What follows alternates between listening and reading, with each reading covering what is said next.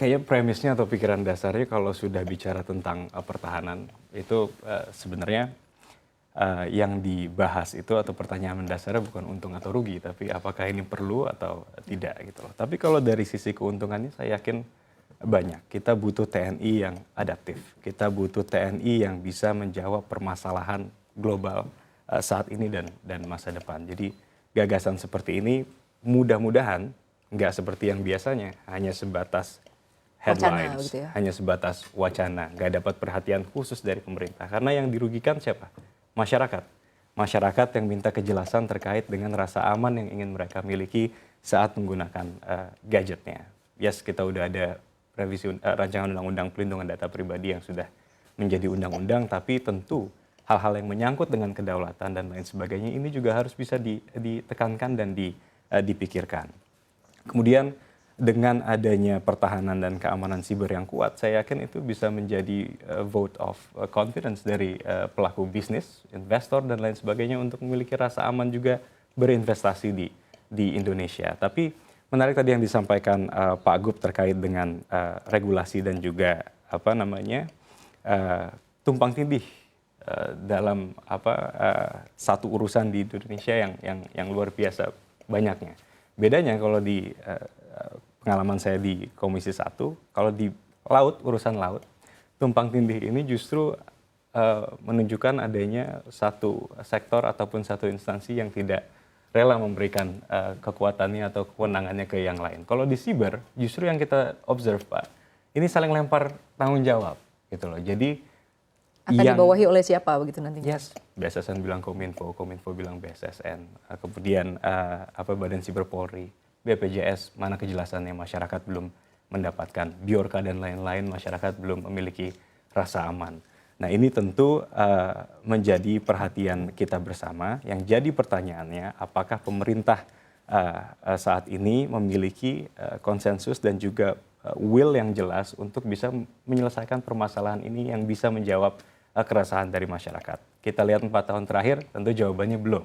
Nah jadi harapan saya, tadi Pak Gub bilang akan ada DPR baru, saya juga berharap nanti ada pemerintahan dengan mandat yang fresh dari masyarakat yang bisa menyelesaikan permasalahan ini dan membawa pembaruan untuk memberikan rasa aman kepada masyarakat. Baik, tadi kan Anda menyinggung sedikit mengenai regulasi begitu ya. Ini regulasi ini menjadi penting begitu ya. Apapun yang terjadi di negara ini tentunya sangat ditentukan oleh bagaimana regulasi dan juga bagaimana sikap dan juga tanggap dari pemerintah begitu ya untuk menyikapi berbagai persoalan yang ada di tanah air.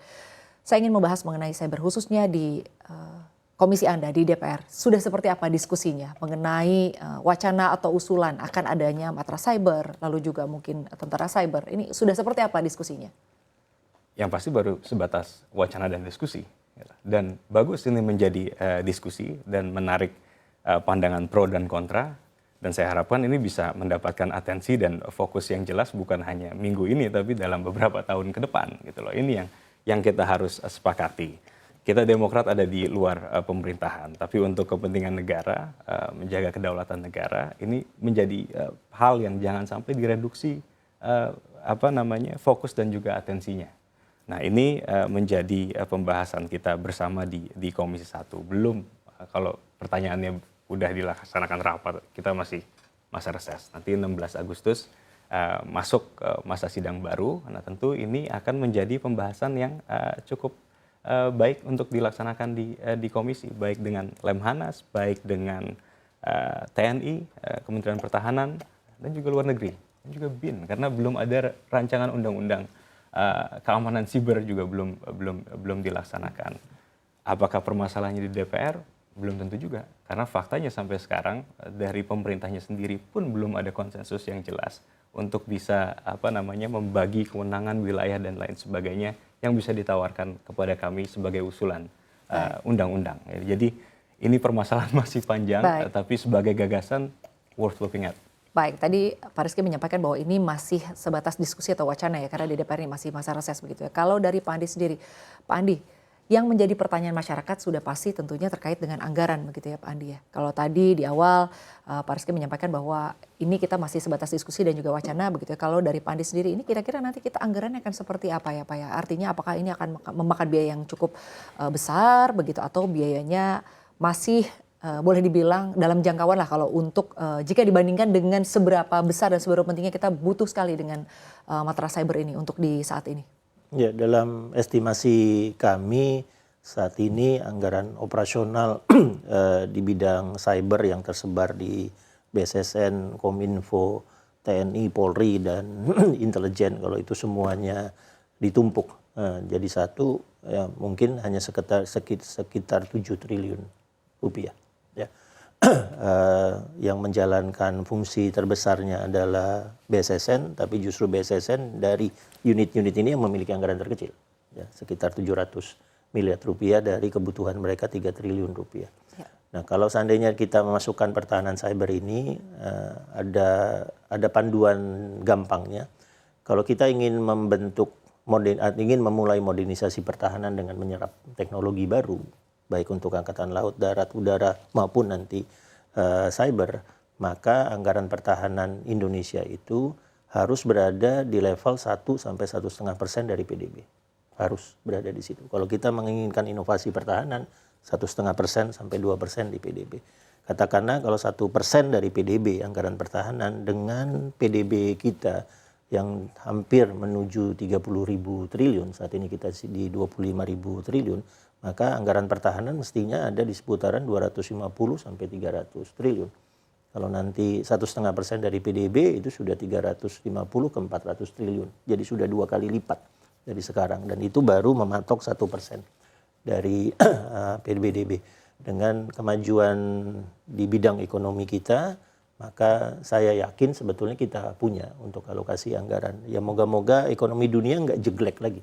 Moga-moga ekonomi dunia tidak jeglek seperti karena ada pandemi atau karena ada disrupsi rantai pasok, ada dinamika geopolitik di Rusia dengan Ukraina, ada ketegangan Amerika Serikat dengan Cina, sehingga kita bisa stabil tumbuh di 5-6%, sehingga arah bagi kita untuk mengalokasikan minimal 1% PDB ke anggaran pertahanan, nah itu bisa dilakukan. Nah, sebagai catatan, di Kementerian Pertahanan kita punya rencana strategis jangka panjang, ya KPM 2024.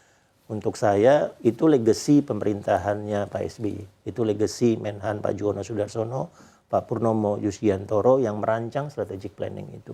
Nah, tugas kami di pemerintahan adalah segera menawarkan strategic planning baru, ya, yang sekarang sedang dirumuskan di Bappenas.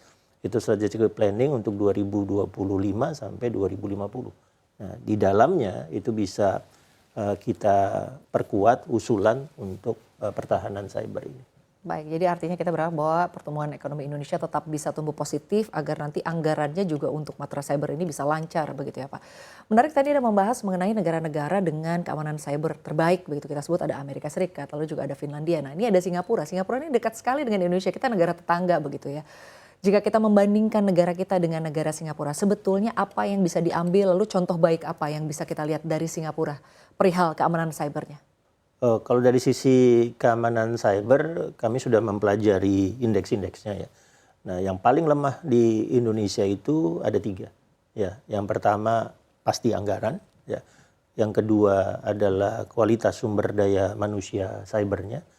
Lalu yang ketiga, karena 2 pertama itu lemah, akhirnya adopsi teknologinya juga lemah. Adopsi teknologinya betul-betul masih bergantung kepada teknologi-teknologi yang ada di dunia, di pasaran dunia. Itu masalah terberat untuk Indonesia hari ini ya. Misalnya kalau tadi anggaran sudah disebut tentang pembangunan sumber daya manusianya, Kominfo di masa Pak Rudiantara itu sudah pernah menghitung bahwa Indonesia dalam 10 tahun ke depan membutuhkan 9 juta talenta digital. Dan dari 9 juta itu kemampuan kita untuk menghasilkan talenta digital itu sedang bergerak naik dari 30.000 menjadi 60.000 orang per tahun. Nah, kalau rata-rata katakanlah kita 50.000 untuk menghasilkan 9 juta talenta cyber itu, ya berarti kan kita butuh waktu 90 tahun. Harus benar-benar harus dipercepat untuk menghasilkan talenta digital yang kita tangani. Ya belum lagi ada AI. Saya kemarin di Lemhanas pertama kali melakukan focus group discussion ketika moderatornya itu artificial intelligence. Nah, kami namakan Linda. Ya, Linda ya kira-kira Lemhanas Intelligent Data Analyst gitulah. Ya, Linda 100% eh, virtual. Ya, sebagai moderator dari awal FGD sampai akhir FGD, Pak TB Hasanuddin hadir di FGD tersebut. Memang topiknya tentang TNI, tapi kemudian saya ngelihat Lemhanas bisa kok ya menghasilkan mengadopsi artificial intelligence di internal Lemhanas. Sementara kami dalam organisasinya tidak ada unit dengan nama digital, tidak ada unit dengan nama cyber. Itu juga yang harus kita proses berikutnya. Baik, jadi artinya ini SDM dan juga anggaran ini menjadi fokus utama ya Pak. Tapi terdekat nih Pak, langkah-langkah apa saja yang perlu dilakukan artinya oleh kita semua bersama ya. Tadi ada Kominfo, BSSN, lalu juga mungkin dari DPR sendiri, dari Lemhanas sendiri. Ini seperti apa Pak? Singkat saja Pak terkait dengan matra cyber ini. Yang paling segera bisa kita lakukan adalah melaksanakan strategi kebijakan keamanan cyber nasional yang baru 1 bulan lalu ditandatangan oleh Presiden. Nah, dari situ akan ada kewenangan-kewenangan baru, kewenangan-kewenangan yang lebih tertata, sehingga tadi seperti Pak Rizky sampaikan, tidak ada lagi lempar-lemparan kalau ada kejadian insiden cyber, karena BSSN tahu tugasnya apa, nanti di-upgrade, Kominfo juga paham, sampai ke TNI dan intelijen. Ya, patokannya sekarang segera implementasikan keinginan Pak Jokowi untuk kita membentuk strategi keamanan cyber yang baru.